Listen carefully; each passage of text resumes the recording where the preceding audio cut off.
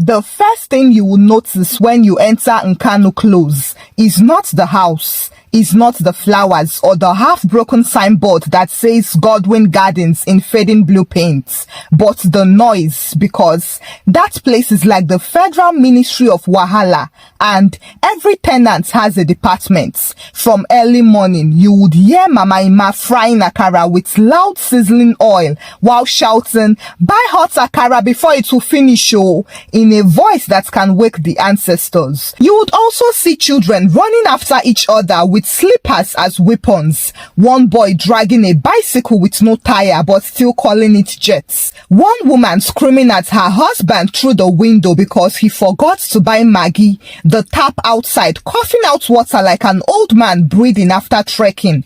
And somewhere in the middle of all this is Madam Margaret, the official landlady and unofficial Minister of Interior Affairs. People call her Madam Maggie because she puts Maggie inside every matter, whether the matter needs it or not. The compound itself is a long 2-story building painted in a color that used to be cream many years ago, but now looks like the uniform of a tired civil servant close to retirement. There are rooms facing each other as if they are arguing. There are clothes hanging on lines like flags of different nations. You will see jeans, wrapper, baby clothes, shirts with "I am a big boy" printed on it, even though the person wearing it is still in primary 3. You will see one wig hanging like a dry bush rat on the line. You will see 2 braziers saluting the sun, and you will see one senior boy boxer short with holes showing confidence because it has refused to retire. This is the environment new tenants enter with excitement and hope because they do not know that behind this noisy market is a woman whose pettiness has history. The landlady, Madam Maggie, is a woman in her early 50s with a body that looks strong enough to chase a full-grown man with broom.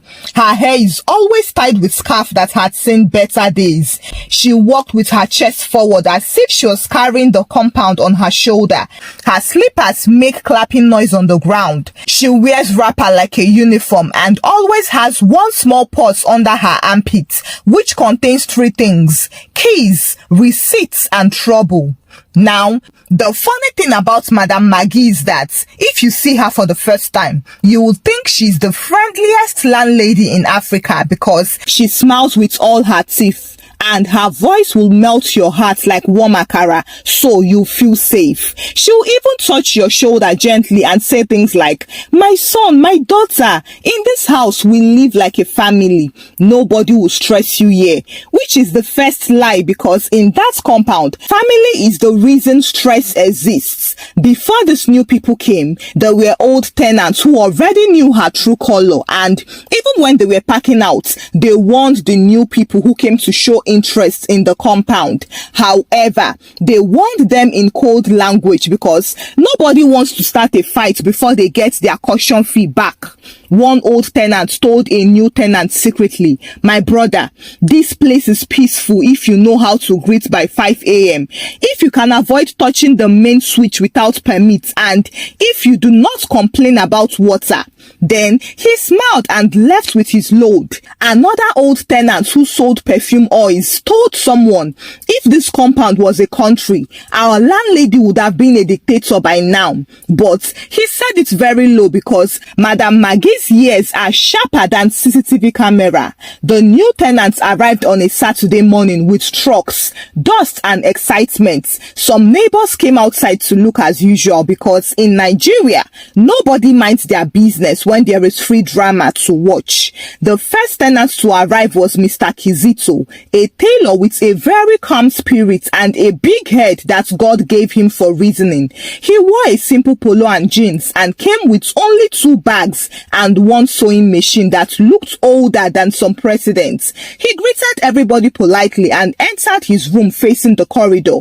Next was Sister MM, a prayer warrior that carries Bible like power bank. always charged and ready. She came with her younger sister and one Ghana must go bag full of wrappers and anointing oil. She smiled and said, "Good afternoon, oh," but her voice was so small like mosquito, so nobody heard her except one child. Later that afternoon, Tunde and Bola, a young married couple, arrived with carton of plates, pots, TV, and one blender that refused to work unless you beg it. They looked excited because young couples always think compound life is romantic. They do not know that very soon they will be whispering, "Close the curtain before people start gossiping about us," and "Please don't shout, remember we have neighbors." Last to arrive was Mama Coco, a food vendor with 6 frying pans, 3 coolers, and an attitude. She arrived in a keke with fresh tomatoes falling out of the nylon. She greeted nobody because she was busy calculating how she would start selling from that compound immediately so that people will not faint from hunger. She shouted, "Shift that carton, oh, my cooler will not break because of you now," as she entered her room near the kitchen area.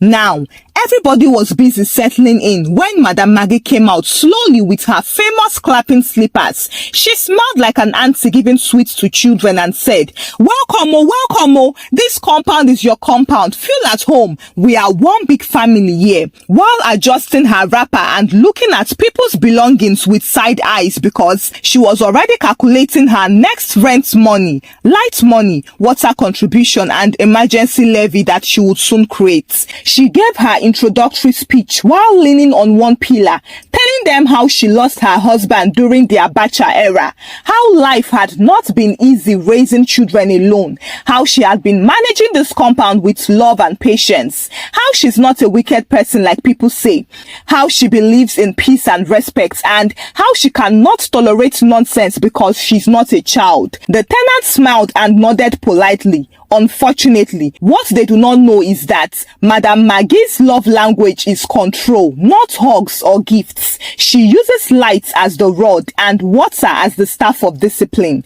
Anytime a tenant annoys her, she will disconnect their light from the main control box. Anytime somebody talks too much, she would lock the borehole tap with a padlock. Anytime someone parks a vehicle wrongly, she would block them with her old Toyota Picnic that smokes as if it's drank kerosene. Tenants would beg, negotiate, apologize before she would decide to reconnect or unlock or move the car, but not without giving a speech that can make motivational speakers resign. As the sun set that evening and new tenants arranged their things, one old tenant who came to collect his remaining load passed by quietly and whispered to Mr. Kizito, "My brother, just greet this woman very early in the morning. Once you do that, you will survive here."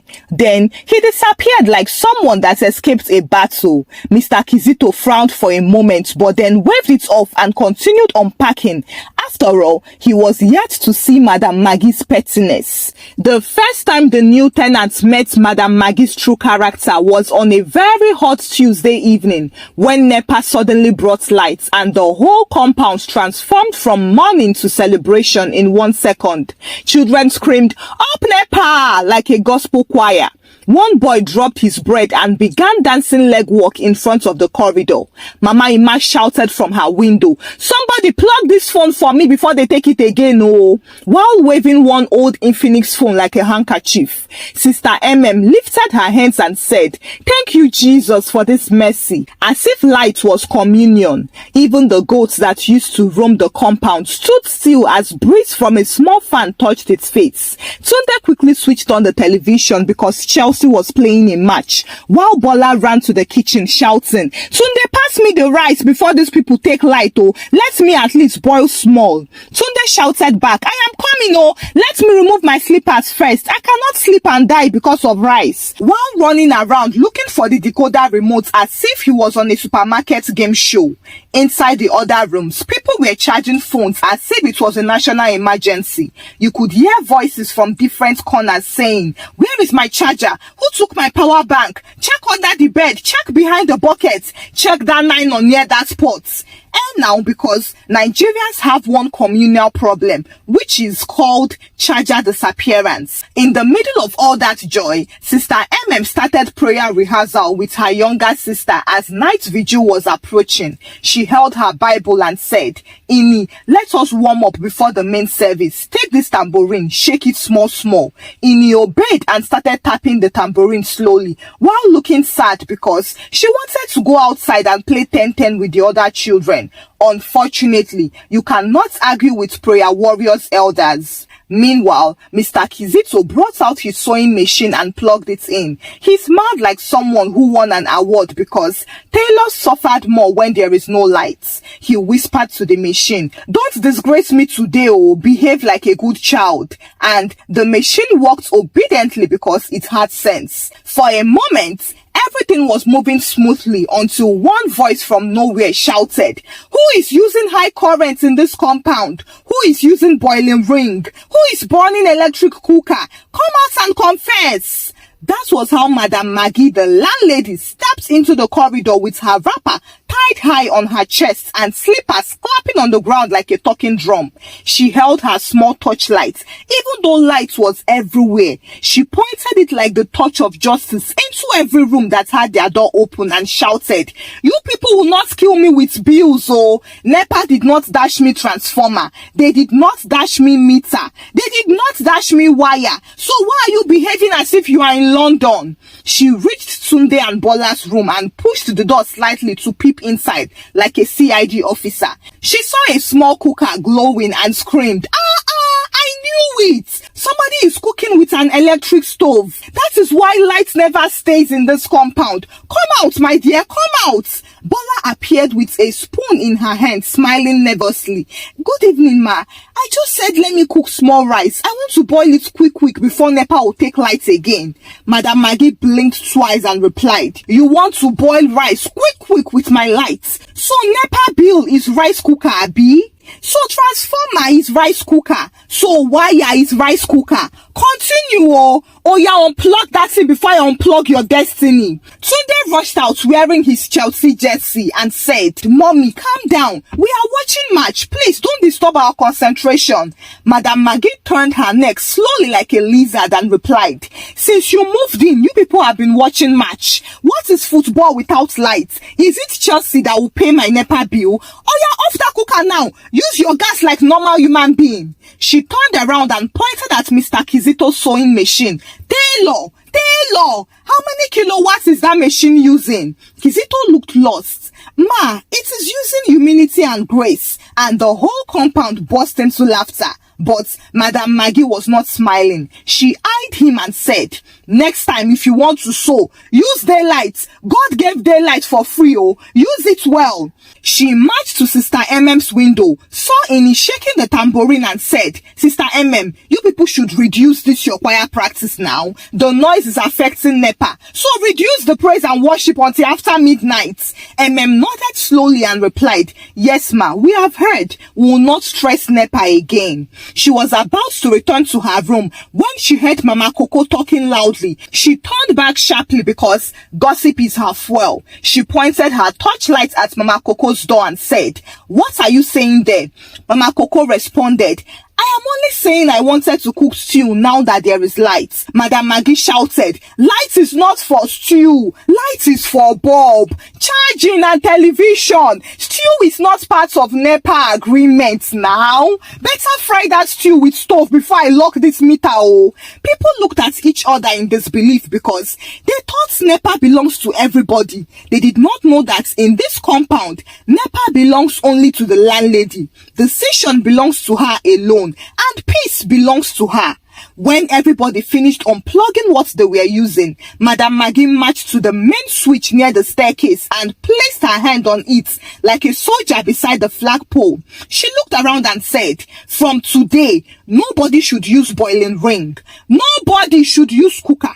Nobody should use pressing iron for more than 5 minutes. And nobody should charge more than 2 phones at once. Any violation and I will turn off this light without pity. We must manage because NEPA does not know we are small compound people. They think we are refinery. So please, let us cooperate. Help me to help you." She walked away slowly towards her room with satisfaction on her face as the tenants watched her silently in confusion. Tunde whispered to Bola, "Is this woman normal?" Bola whispered back, back. If you ask that question again, the spirit will slap you, so behave. From that day, the tenants understood something important. Madam Maggie's real language was electricity, and anyone who wanted peace must speak that language, because in that compound, light was not just light, it was punishment, power and judgment. They now understood that if anybody annoyed Madam Maggie too much, she could simply say, "Oh yeah, let there be darkness," and then she would turn off the main switch with just one finger. That evening, Bola returned to her cooking on gas and grumbled angrily. "This is why Nigeria can never move forward." Kizito laughed and replied, "My sister, Nigeria is not the problem. It is your landlady that is the problem."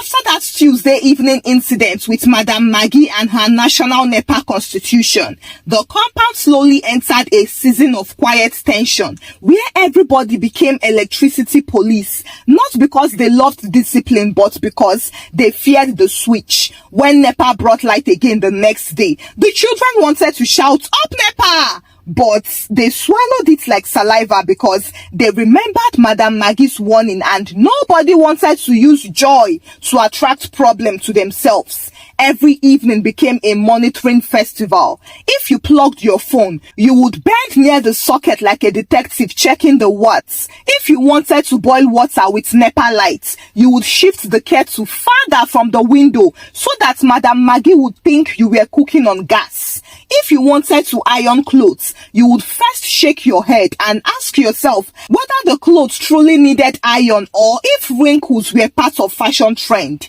One afternoon, Mama Coco tried to boil spaghetti secretly with her electric cooker because NEPA was generous enough to bring light in the afternoon. She positioned herself near the door and listened carefully for slipper sound before starting. Every small noise made her jump.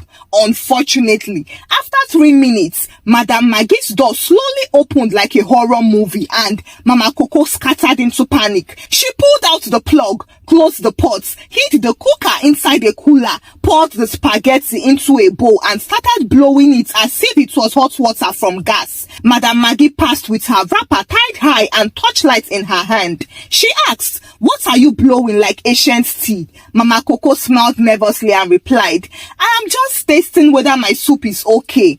Madam Maggie nodded suspiciously and said, "Okay, oh, keep watching yourself. I will not shout today." Then she walked away with dignity that nobody gave her. After trying to endure for a while, the electricity rules began to choke the tenants slowly. Kizito could not meet sewing deadlines because his machine only worked at night when light came. And even that night was now danger time because Madam Maggie could appear at any moment like a part-time ghost. Bola could not iron Tunde's office shirts properly because she only had 5 minutes before Madam Maggie would shout, "Who is ironing again?" Sister could not use speaker for prayer again because Madam Maggie said that speaker is compressor. Compressor consumes light. Even the children could not watch cartoon for long because Madam Maggie would ask, "Who is using the decoder? Is it free? Are you paying extra for it? Reduce the brightness before NEPA thinks we are watching cinema film here." And so, after 2 weeks of silent suffering, Mr. Kizito decided that something had to be done for the sake of their sanity. So, he whispered to Bola while they were both fetching water from the tap like someone planning a coup, "My sister, we need to hold a meeting before this woman will kill us with NEPA. My customers are calling me tailor failure because I cannot deliver ordinary trouser and skirts on time." Bola removed her buckets, wiped her forehead and replied, "You are very correct, so I couldn't even iron my husband's shirt last night. The thing was rumpled like cabbage. We need small peace in this compound now." The next day when the sun was going down and children were fighting outside about who stole whose pencil, Kizito called a small meeting behind the washing line area because that was the neutral ground where Madam Maggie could not hear them well. He invited Sunday and Bola, Sister Mama Coco, and even Chinelo the gossip because if you want information to spread well, you need a professional media personnel. They all gathered around the line pretending to be checking clothes. Bola whispered, "Is she around?" And Chinelo, who had bigger ears than her size, said, "She's inside frying fish. Her stove is still shouting. We have small time before she finishes." Then she looked around like a spy and said, "But we must hurry before she finishes frying, because once she enters the corridor, mission scatter." Kizito cleared his throat and started with small anger. "My people, we need to address this matter before we run mad. This compound cannot continue like this. This woman has turned light to personal weapon. I cannot be hiding my sewing machine like a criminal every night." Bola nodded and said, "Yes, so imagine I wanted to make jollof rice for Tunde on his birthday. Before I could even boil water, this woman shouted from the corridor, 'Off that thing before I off you.' I had to cook with lantern. That food tasted like sorrow." Sister added with that her righteous voice, "We need to understand that light is from God, and we cannot be scared of what God created for his children. How can we be worshipping fear because of domestic NEPA? This is not scriptural. This is bondage, and the Bible says we should resist oppression." Chinelo shouted, "Preach it, sister," while fanning herself with one peg. Tunde whispered, "If we talk too loud, she will hear us, so please reduce the volume of your preaching." Nodded and said, "Sorry, the spirit was rising." Then Mama Coco finally spoke, because she only speaks when the matter is touching her money. She said, "Let us talk like adults. Light is not her father's property now. She's just using it to bully us. Even my younger sister called me and asked why my stew tasted like smoke. I told her I am using stove again like 1999 survival. This cannot continue." And the whole group hummed agreement like bees. After some minutes, they formed what Bola jokingly named Coalition of the Suffering Tenants, and everybody laughed even though the matter was serious. Then they decided that they needed a spokesperson who had a calm face and a respectful voice, someone who could make the landlady listen without shouting. They all turned to Kizito because his face always looked like an apology, and besides, he was older and gentle. Chinelo pushed him forward and said, "Oh yeah, you will be the one to talk for us. You have diplomacy face. If I talk now, she will say I am rude. If Mama Coco talks, she will say she is aggressive. If Tunde talks, she will say men do not have manners. If Bola talks, she will say wives are stubborn. If Sister talks, she will say church people are too loud. So you are our Moses." Everybody agreed, and Kizito sighed and said, "Okay, I will talk, but please support me. We need to make the list of things we need so we do not forget any point during the arguments." They began drafting a small compound memorandum verbally. Kizito spoke slowly. "Number 1, no more random disconnection of lights." Bola added, "Number 2, allow us to use basic appliances like cooker and pressing iron without reason." Added, "Number 3, no shouting through windows because it is embarrassing." And Mama Coco added, "Number 4, she should stop warning my customers when they come to buy stew. Last week she told them, don't buy stew with light bill money. Is that her business?" Chinelo added, "Number 5, she should stop locking the tap during punishment season. Water is not part of NEPA bill." Tunde concluded, "Number 6, she should allow us to watch football in peace now. That is for our mental health." They were still nodding in agreement when suddenly the sound of slippers clapping approached them fast.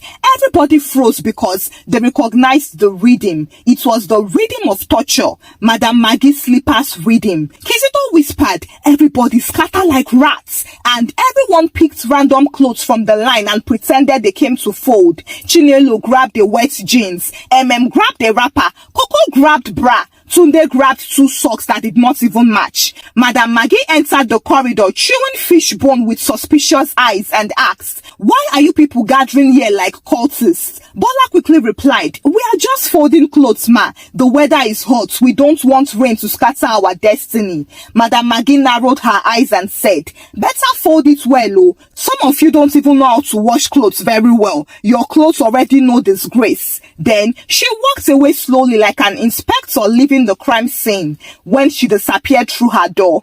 Everybody exhaled at once, and Tunde whispered, "If NEPA does not kill us, her slippers will." That night, Mr. Kizito ironed his shirts with small faith and prepared for the battle of negotiation, because in every compound, there comes a day when tenants must choose between silent suffering and peaceful revolts. The coalition of the suffering tenants had chosen peaceful revolts. Would this revolt work? How would Madam Maggie receive this protest? The battle between the suffering tenants and Madam Maggie had just begun. Watch out for part 2. If you enjoyed the story, kindly give this story a thumbs up and share the story out with your loved ones. Subscribe to this channel if you've not done so by now. Until I bring the next part your way. Bye!